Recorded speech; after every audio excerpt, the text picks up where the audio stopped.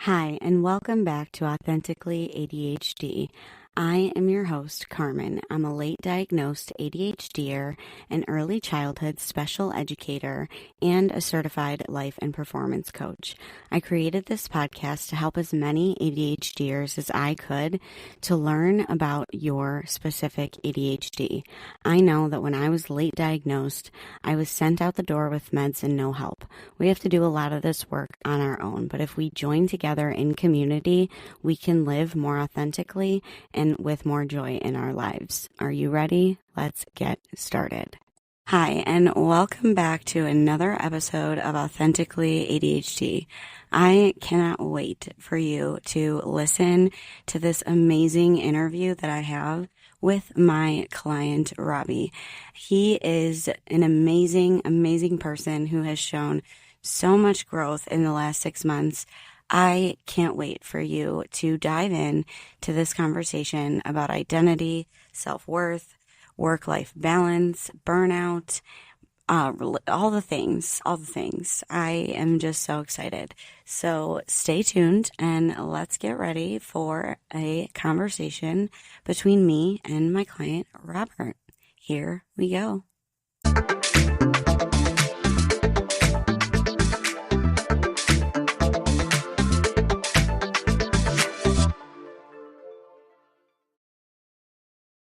Hi, Robert, and welcome to Authentically ADHD. I'm so glad that you are here on the podcast today. Thanks, Carmen. I'm very happy to be here. How are ya? How are you doing? I'm doing good. It's a Saturday. The weather's been turning a little bit, so we're inching towards spring, which has me excited. It's March 1st, so I also kind It's of have been really warm. yeah, yep. I love that. Like the sun coming back out, like it's like brings me back to life. I absolutely love it. Um, so let's start with that self confidence and self worth. Those things that could be like really rough for anybody, but like those of us that navigate anxiety, depression, ADHD, mental health challenges. So, how about like we start where you take us back to where you kind of started in this area? Yeah. I remember in one of the first workbooks you gave me, it had a question about if you strip away all the titles, how would you identify? What is your identity? And it was just a super hard question for me to answer. You know, if I'm not a husband, if I'm not a manager, if I'm not a dog dad, like what am I? And we were able to get there through coaching and journaling and really reverse engineer it, right? So think about all the qualities that you have with the titles, and then you can Yeah, like strip where this, were your strongest things at? right? So, like, I'm a kind and compassionate husband, I'm a patient boss, I'm a loving dog dad. So, I'm loving, I'm patient, I'm kind. Those are kind of the identity points if you take away the titles.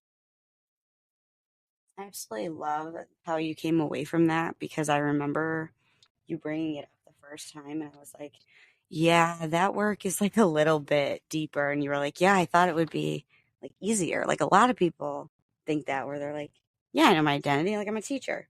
But it's like, I'm not just a teacher, right? Like I'm like so many other things. Like if you put me in any situation, like I'm a helper. That's what I tend to do. Like when I'm in any situation. Um, So there was also like struggles with perception of yourself back then too. Like having to do with work, things were like changing with your work life, and we talked about burnout a lot. Yeah. Yep. So, what would you say was like your some of your biggest takeaways from those conversations? Like, where were you then? Like, and how are you like here now? Yeah. I was transitioning in work. I had just been taking on a new role, a leadership role. Prior to that, I was an individual contributor, and I actually had to do both jobs for um, about 3 months. And I mean, talk about a burnout nightmare. So I had to just be super, super conscious of taking care of myself and scheduling time for self-care, and vacation and unplugging and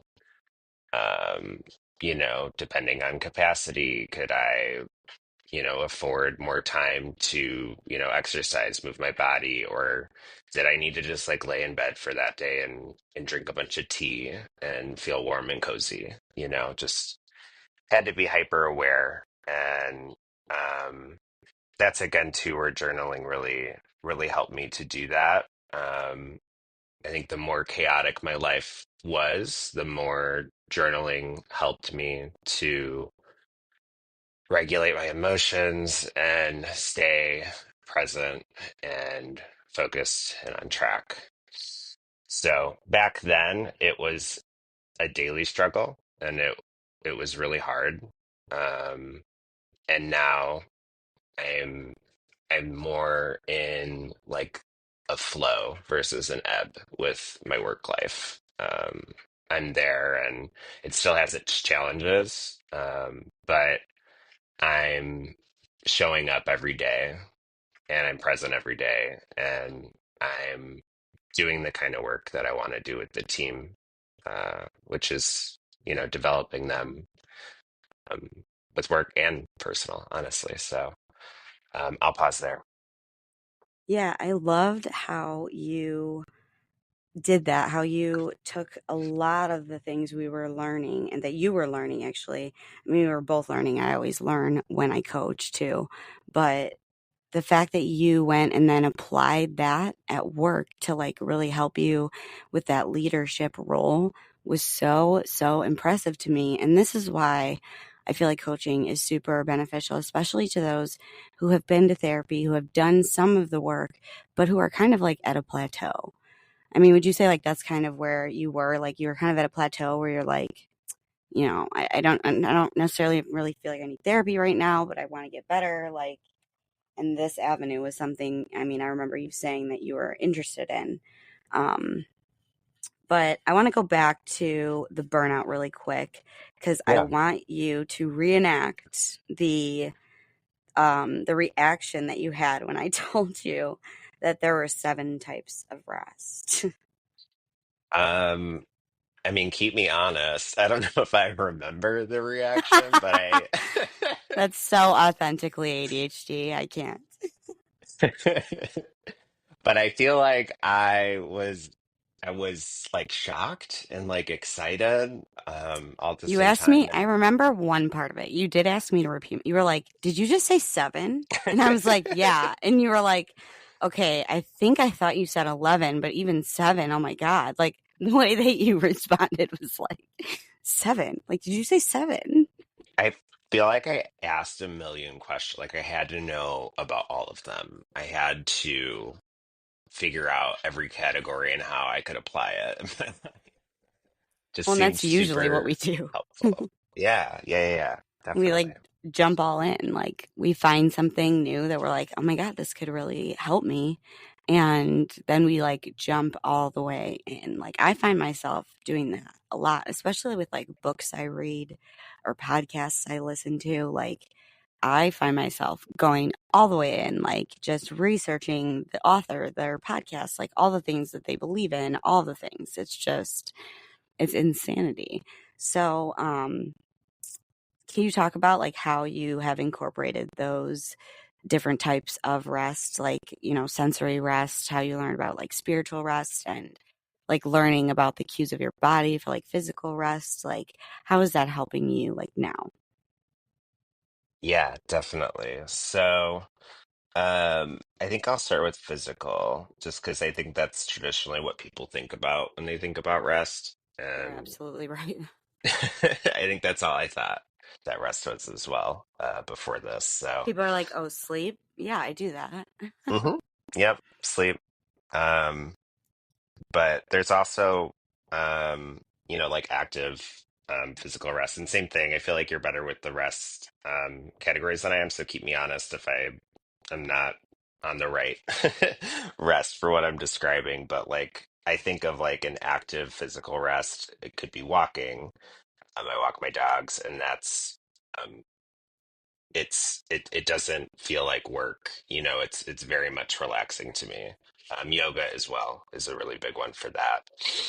Um, Sensory, putting the phone away, putting it in another room. Um, Also just things with yeah, I guess that affect your senses. So like light, I'm really sensitive to. So Oh, taking the big dark. light. Mhm. Ew. Taking dark showers, like have the lights off and just the water running, and that Yes.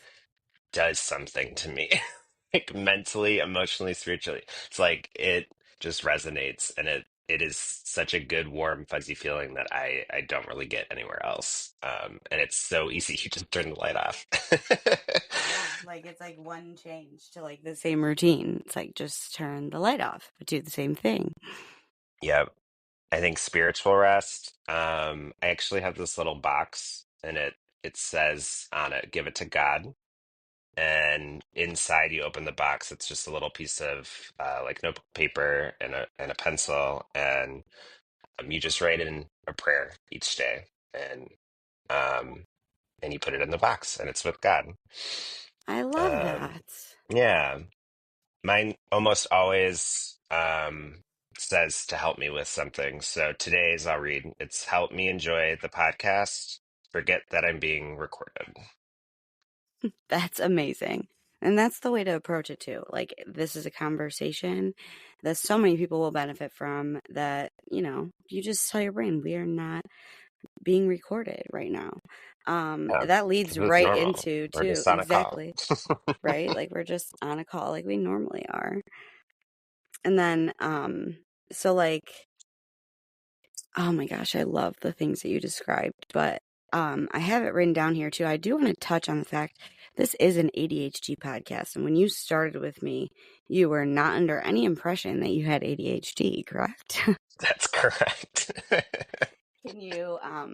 Can you talk about a little bit about kind of how that's developed from anxiety kind of to here to where we are? Yeah.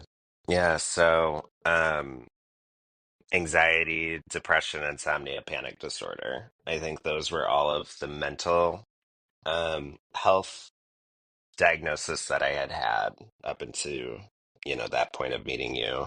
And um, what was interesting is that I was really like hitting a wall with the work stuff. Like I needed to operate at a more productive level, and I couldn't get over the wall, and I couldn't figure out why. Um, and it was really not being on the right medication for ADHD. Um, so come to find out, as I'm working with you, um, again, coaching, journaling, um, that a lot of what I thought were anxiety symptoms turned out to be ADHD symptoms. Like I thought I would get anxiety paralysis, and really it was more ADHD paralysis because I couldn't prioritize a list of things to do. I couldn't focus enough to break things down to get through them.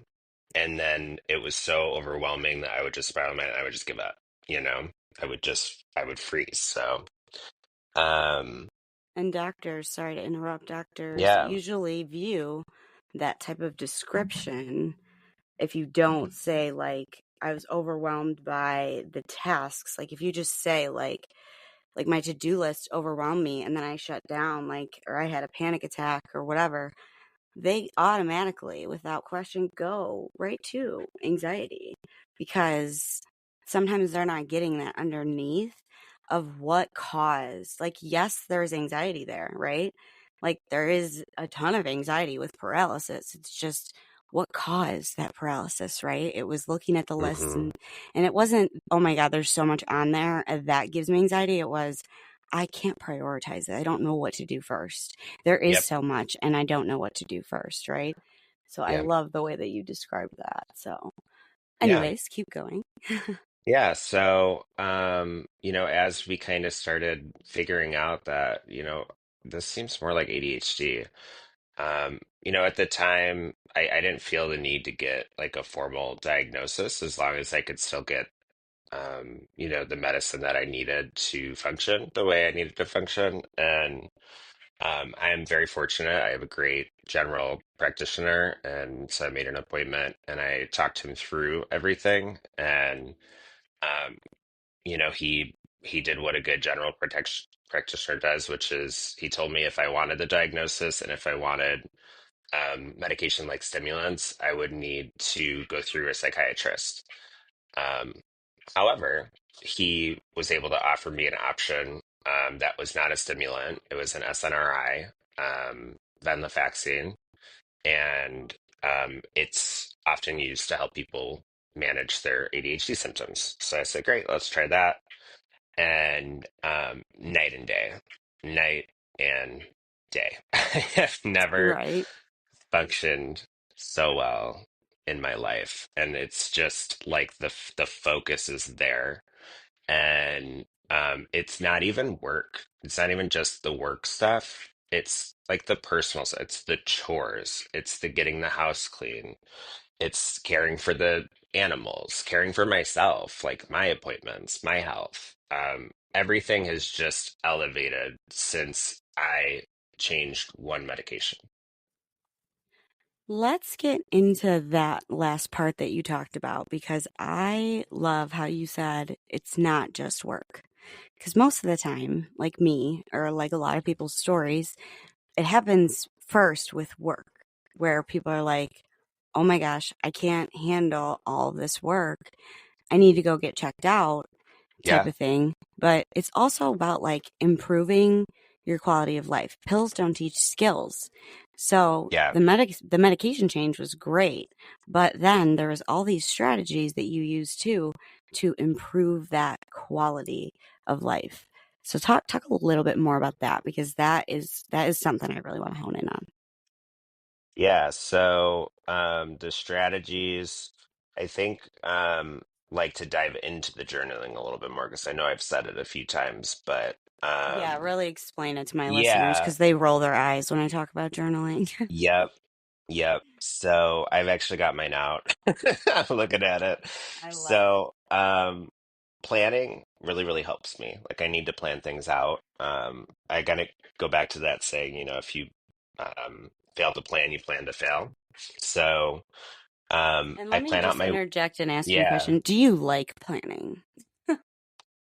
Like Now I in do. general, is it like it's an Yeah. activity now that you've made It's yourself kind of therapeutic look now. forward to? Yeah, Okay, I it's really therapeutic love now. that. So It it it was can be work at something we first though. enjoy. Yeah, it Yes, was work at yes. first though. And you're gonna laugh at this because I'm like a 4-year-old child with this, but um, something that really helps me enjoy my journaling and make it therapeutic is I have all these Pokemon stickers because I still love Pokemon. Okay, wait, And stop. Wait, stop.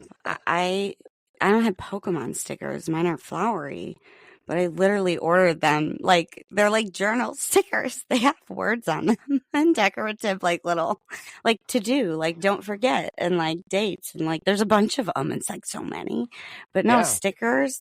Stickers are dopamine, man. Stickers are they are. dopamine. They are. And if you're a Anyways, as we get journaler, distracted.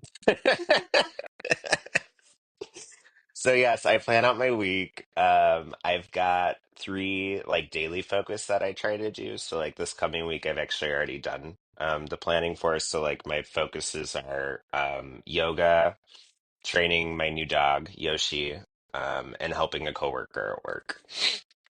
Love Um, that. yeah, and How is then that training going, by the way? it's going good. Yeah. Yeah, we're doing the click training. So, because he gets very I think my dog might have ADHD because They usually dig after us. yeah, it's very distracted outside and barks at everything and everybody. And And then like so, forgets that he has to go pee. Like how relatable. yeah, yeah. So yeah, with the click training, you click the little, it's like a little button, it makes a sound, and you give him a little snack, and he learns that, that will distract him from whatever he's barking at. And then over time, you're supposed to be able to take out the snack, take out the click, and with saying the command, every time you're doing the click, you're supposed to be able to get down to just the command. So we're working I through love it. it. I forget what we were talking about though. Well, we started with journaling. Oh yeah, It I was was kind of just taking you asking you through. like quality of life type stuff too. Like I love how you were talking about like just this act of planning and you do it once a week and it's Yeah, therapeutic now. Like at first it's work. Like it's not always just like rainbows and sunshine and this is easy. I love it. Sometimes I wake up and I'm like I don't want to journal, but like yep, it's a habit like ingrained in me now. Like if I don't write stuff down, I'm gonna like blow up on somebody. But yep. like I love that it's a habit because it's so beneficial. So if you were still going through your little routine, I want you to keep going. Yeah. Yeah, so then I do each day, and then I just write down different things that I have planned for that day. So it'll be work and personal. And then I always leave room on each day so I can add things as the week progresses. And then I've got a couple other things that I do weekly. So I've got a daily blessings tracker where I just record like blessings throughout the day. And then I also have a 3 daily wins tracker. So I do for each day a physical win, a mental win, and a spiritual I love your little categories too. Oh win. my goodness. I definitely Gotta did have start along categories. with It needs to be organized. There needs to be Oh, and structure. see, and now here is the spectrum, my friends, of ADHD. Robert is an organized, anxious ADHDer. I am a type B, try to keep crap organized, shove it in the drawer type ADHDer, okay? Well, if I'm you not ask my necessarily anxious, but husband, he will not tell you that I am organized. But my journal has some, yeah, organization to it. that just goes to show too how we can be organized in one part of our life. Like I am super organized when it comes to like this podcast specifically. But if you Yep, go into my Google Drive, people wouldn't be able to find their way through that. Oh my God. Like no that's way. Or my chaos. But your makeup output drawer. into the world for the podcast is refined. Yes, it's very refined. It's very organized. Even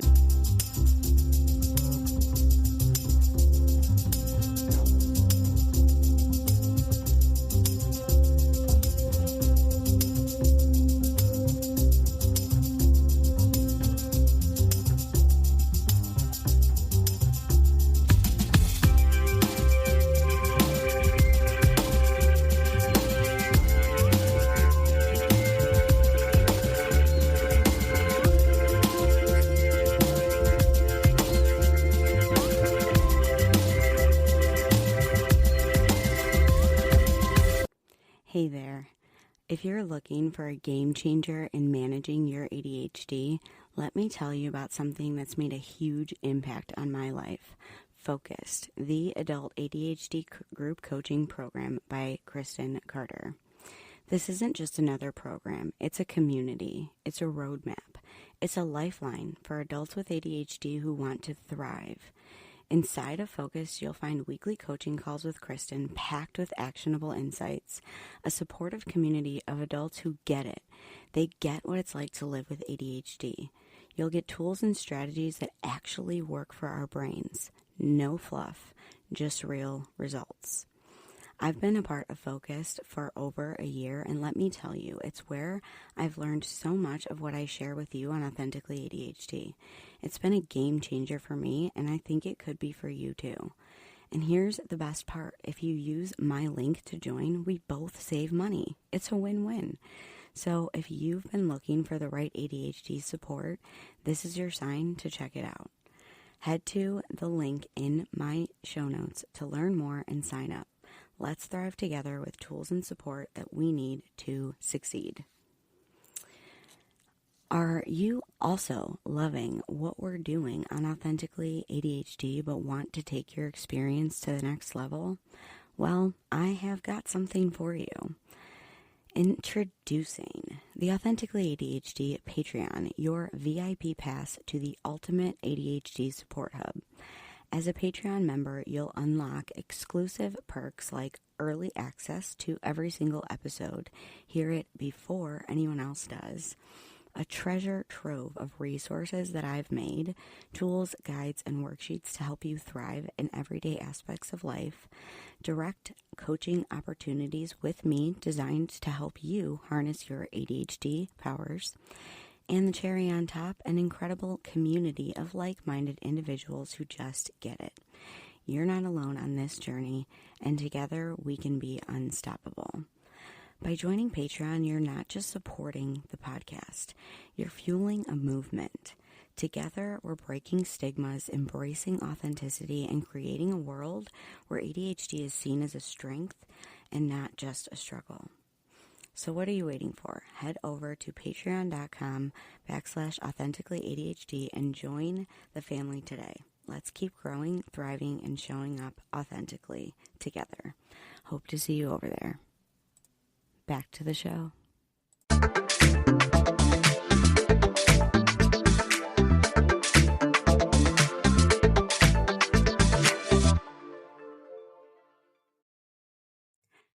All right, so I love that take on journaling.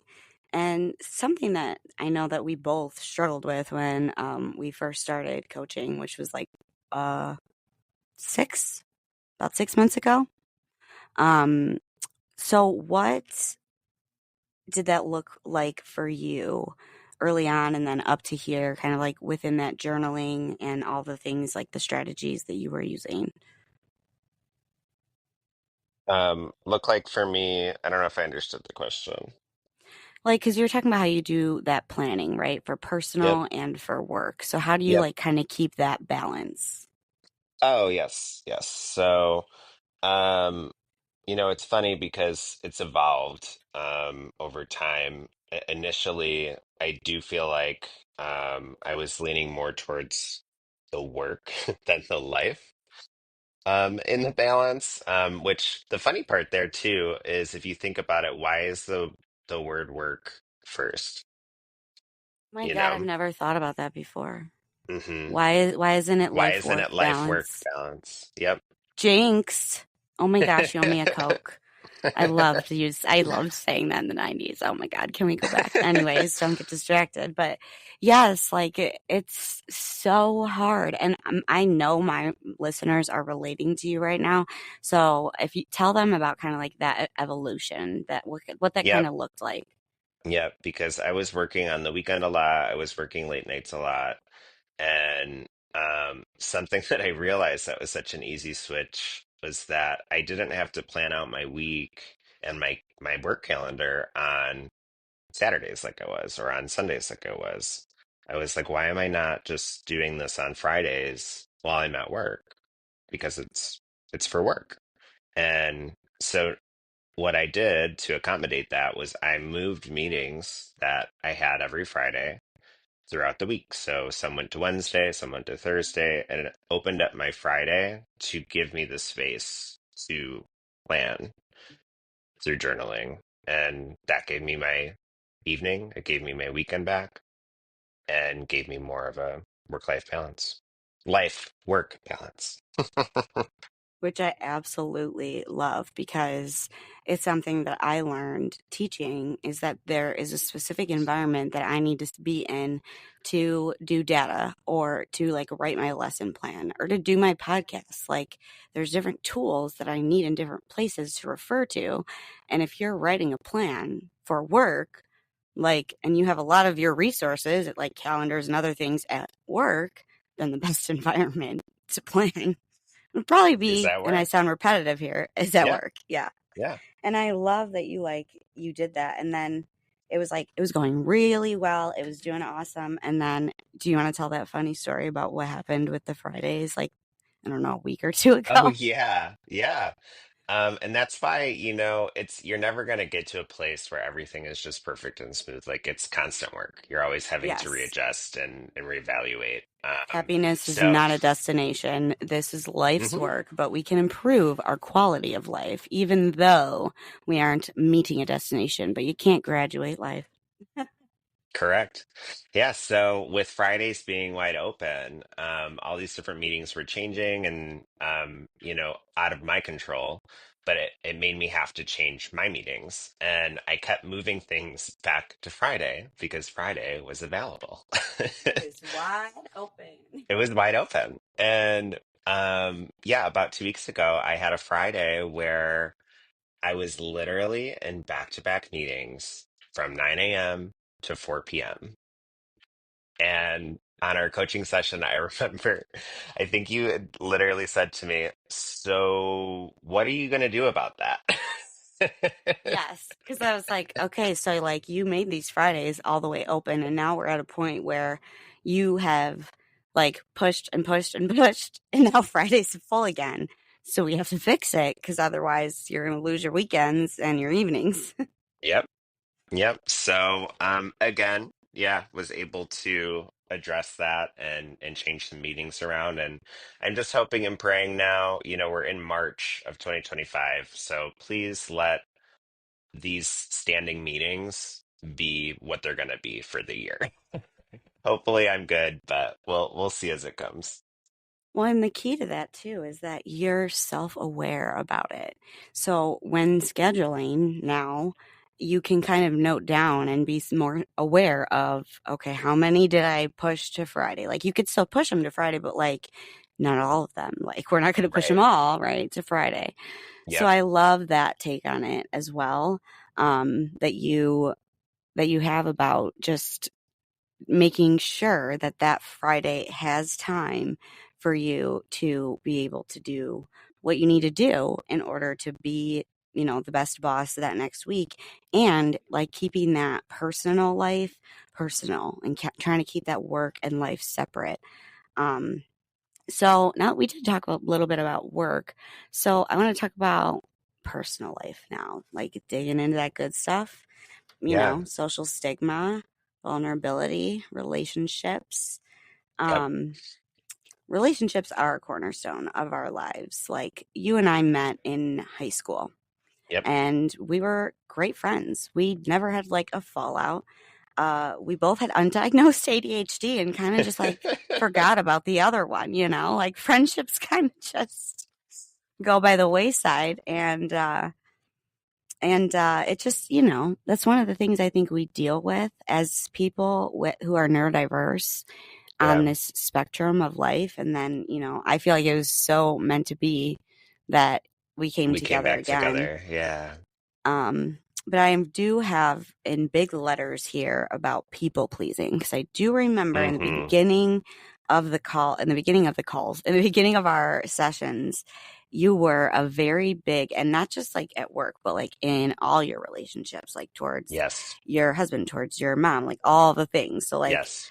let's hear a little bit about, kind of where you started with those relationships and what were your challenges and kind of how did you overcome some of those things? I mean, I think about boundaries right away with all of that. I needed to start writing them down and knowing like if this is what I believe, like then and this is what feels good and authentic to me, then this is just where I need to stay with it. Um, so like something with myself that I've realized is, not every relationship is benefiting if I'm like drinking with certain people.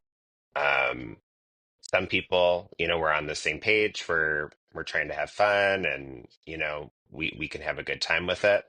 But other people, it causes issues that wouldn't be caused if we were just sober.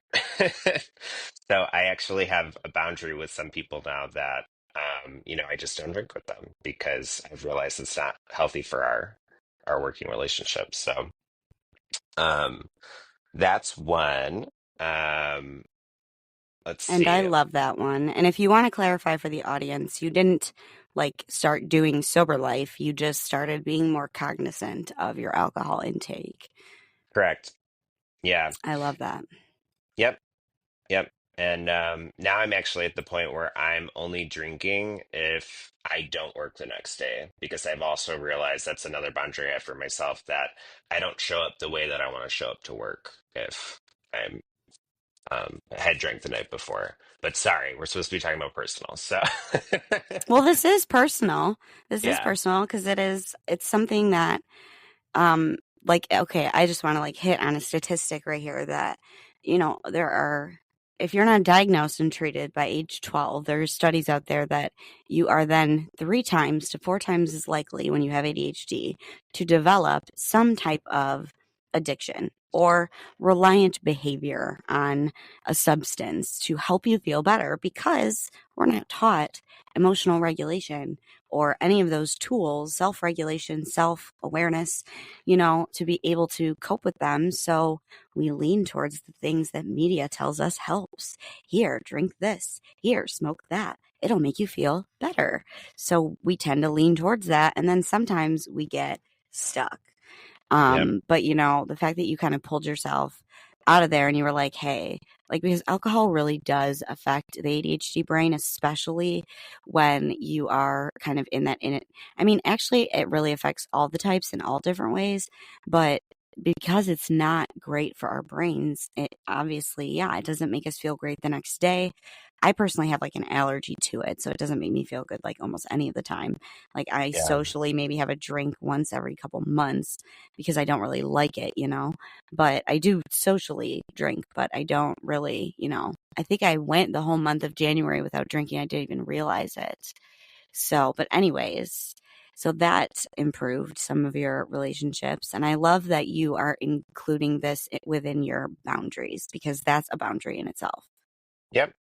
Yeah, absolutely. I think another one is, you had mentioned I'm married, and I've come to find out that not everybody is a safe person to confide in, when it comes to your marriage. Your marriage really is like something sacred and something super personal. And I found myself oversharing a lot, and to really Which we like tend to my, do. yeah, and really to my own detriment. And you know what? A lot of it was nobody else's business. So I've really become just like super intentional about what I share with who, because you know what? At the end of the day, like, it's not their marriage, it's mine, and I get to do it the way that I want to do it, and I don't need to include them in any of that. Oh my God, that was such a good sound bite. Oh, definitely using that for a sound bite. That's amazing. I love what you just said.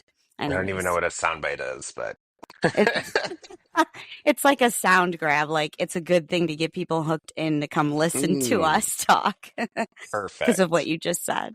Could you go into a little bit more about what a safe person is? Because I do go into this Mm, sometimes, but yeah. from your perspective. Yeah, from my perspective, a safe person would be someone that you can share information with and confide in, that does not make you feel judged, will not hold things against you. Um, I think those are the two biggest parts, honestly. Yeah. And maybe like a place of forgiveness, like not make you feel shamed, right? Like if it's something, let's say, that I am ashamed about and it's hard for me to share already, like they should be doing everything in their power to make me feel okay in that moment. Yes. And if they don't know what to do, they should ask. Yes. And that's like really that hones in like what a safe person is that basically you can take off the mask and feel safe to do so. That somebody's not going to dismiss your feelings or tell you that you are crazy or tell you that you're overreacting or being dramatic. That is a safe person, is somebody who's willing to listen and approach it with curiosity instead of criticism. And I think that you have gone about that so gracefully. And we have talked about too, that it's lonely sometimes. Yeah, It can get lonely. it feels really lonely, honestly. In this whole journey since coaching, it's kind of been like a 180. Like I found myself being more distant with the people that were closer because of the boundaries. But outside of that lonely feeling, everything else feels better. So I know that it's I'm still moving in the right direction. I just need to get, through those feelings. Like it's okay to feel negative feelings. You have uh, to Yes. get better. Yeah, for But what's sure. And we cool, don't like those. yeah, but the flip side of the coin is that I have these newer relationships that have been blossoming in ways that I never would have imagined. Like I consider you one of my closest friends right now, and we don't even hang out in person. I love that too. How Like cool is that that, is though? it's a very cool thing because I mean, I've met people online before and I won't go into how toxic that can be, but when you Right. know somebody, like we knew each other in high school, we grew up during the internet era. So when we Right. reconnected on the internet, we both knew that the other person was trustworthy. And now we've Yep. gotten back to this great friendship, which I absolutely love and consider you one of my best friends. Like, Uh, I go to you for things like we don't just have like a coach client relationship. We're also right. friends, We do like, which both. is why this sounds like a chat, my friends, which is what our interviews always sound like. But yeah, so I'm distracted now, damn it. We're talking about personal relationships and Oh, yes. so you were one example of one that's really blossomed. And then it's kind of funny, back to the alcohol thing, like on the weekends, like it's been some of more people I know, like through my husband's circle, but I've gotten some really good friends over there where like if we're at these parties, like I have a couple people that like if for example, one is his name's Brian. I love Brian. But we only sorry, watching my dog and she's freaking out. We are puppy friendly on this podcast. 1 second. I'm gonna So, friends, this is a friends. great time for me to tell you that your working memory sucks. So, head up to the follow button if you like what you're hearing and follow the podcast. And while you're up there, give it a rating to push us out to everybody. Okay. I'm going to give you a second to do that. We'll be right here waiting when you get back. Are you ready for me again? Mm-hmm. Go ahead. Okay. So, yeah, Brian. He's like if he's at the party, like that's who I want to spend my time with. I want to talk to him. Like we connect. But that's the only time that I see Brian is at these parties. But it doesn't matter. What matters is that when we're together, we're having a good time. Yes. Absolutely love that. Like that, period. Like, Yeah, mic period. drop. Like, I Mic drop. love that.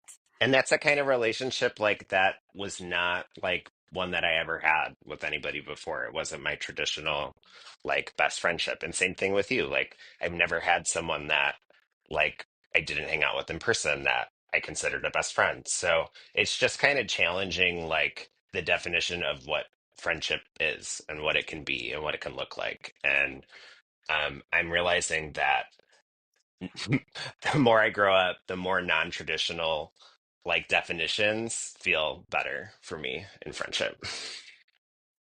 Absolutely. I mean, as I've grown up, I've realized how non traditional I actually am in most relationships. Like, don't want a big wedding, don't want kids. Like, I have very few close friends, and I hang out with a couple of them, but there are a couple that, like you, like I see once in a while, like, we've been trying to make a lunch date.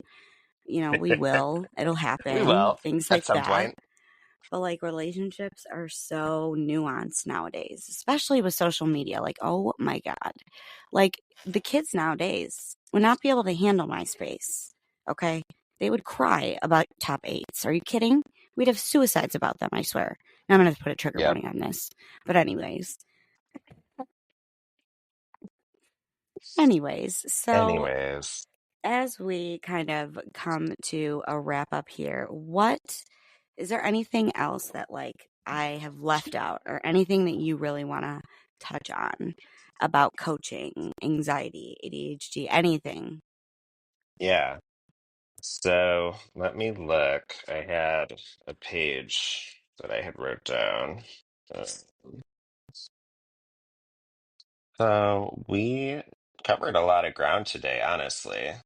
I could share a good story, because it's kind of both personal and work, but with my boss, if you Oh, we remember. love that. Yes. Yep. And again, probably goes back to people pleasing. Um, I had this idea in my head that she needed to like me for our relationship to work and to be a good relationship. And she's just not the warm and fuzzy type. So, um, it's more about work, but not in a bad way. She's super invested in developing her people, and I'm one of her people now. So, she's going to help lift me up and help me step into my own light at work. Um, but it was this hurdle in my head that I created, and it Mm-hmm. wasn't really anything I needed to give life to. Coaching helped me realize that and work through that, because it was an uncomfortable feeling. It wasn't a good feeling. Um, and just to bring it full circle now, so I had given a presentation at work this last week, and my boss really let me run with it. And after that evening, she actually called me, and I'm like freaking out, sweating bullets. Why is my boss calling me after hours? What Oh did I do God, that wrong? feeling. What did I break? Yes. What did I And lose? What did I forget? Oh my God, I have secondhand anxiety. she was literally just calling to tell me that I did a good job. Oh my God. Yeah. Oh, I have chills all over my body. Yeah, it was amazing. And I What I a I lovely call. never would have thought in a million years that that would have happened. And this was only like what, 5 months ago, 6 months ago. Um and now I'm here with her, and it's just it's evolution, and it's great. So, yeah, that was one story I had that I didn't have the opportunity to share. I know we kind of touched on being gay a little bit too. I don't know if you wanted to go into that more or... I would love to go into that Yeah. because So, men in mental health is rare, and hearing about gay men in mental health is rare, but it is not rare for men or gay men to have challenges with mental health. Take it away. for real. Actually being gay really propelled like the or accelerated my mental health crisis at the time, because I was just constantly in this kind of state of like fear that I could be, you know, mentally, physically, emotionally hurt by other people for not accepting just who I was. It's not a choice. It's just who people are. And Just like with that there was... ADHD, it's not a choice, it's how we're born. Right. Yep. It's how we're born. And it's just another alienating feeling too. You're not like everybody else. You're different, and um, it's really crazy. Because I know it slowed me down a lot in like development because I was always hiding part of myself. So probably another reason it was hard for me to connect with my identity when we started this work. Um, and my sister actually, recently we were on a call, and she asked me like how it affected me growing up, and it made me super emotional because my my answer really was that I had just started to scratch the surface of it in therapy. And to think about that, like I was 16 when I came out and I'm 33 now, and I'm just starting to scratch the surface on it. That's like So, double the amount of time. yeah, yeah. So yeah, it's just all that to say that being gay definitely has all of its challenges. You taught me the big T, little t. It's a big T trauma. So I learned that, and it's like all this other work. You need to put in the work to it, and you need to work through the icky feelings to get to a better place. So I'm just super excited that I've started that work, because I'm only going to get to a better place from working through all that. So And I'll definitely have to have you on like in another 6 months because then we can show how much evolution can happen in a year. Because if you guys thought that that was a lot of evolution, that was just about 6 months. Maybe not even. Let's see. Let's count. Can we count? You think we could do it? it was from June, June, July, August, September, October, November, December. Oh, it's been 8 months. eight Eight. months. So that's 8 months of growth, y'all. 8 months of growth, folks. So I think that that's pretty amazing. I think you're pretty amazing. I And think I you're think you amazing. think, I think I'm amazing. And I think you Oh, should I think that like you're that. amazing I too. I think I'm amazing. That's my affirmation today. I love that. Write it down. Everybody write it down. If you're listening right now, write it down. It's your Write it down. affirmation for the day. I am amazing. Repeat it 5 times in the mirror and you're going to have a great day. So I just want to thank you so much, Robbie. Not only are you an amazing friend and client, but to take the time out to come on the podcast and share that with everybody means the world to me. So thank you so, so, so much for coming on and chatting with me. Absolutely, Carmen. I am happy to do it again sometime. Absolutely. I enjoyed this. It was so much fun. Thank you. All right, my friends, you know the drill. We will chat again soon.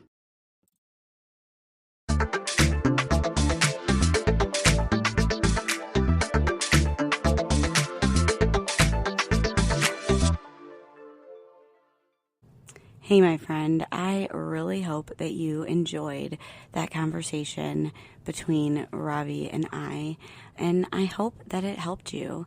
If you believe that it'll help a friend or anybody, maybe on your social media page, please share out the podcast episode. Please give us a rating and do all the things like, subscribe, engage. It helps get us pushed out so that you can help me with the goal of our community to reach as many people in the neurodiverse community as possible to show them that it is possible to live an authentically amazing life and thrive instead of fighting every day against our brains. Stay authentic, and we will talk soon.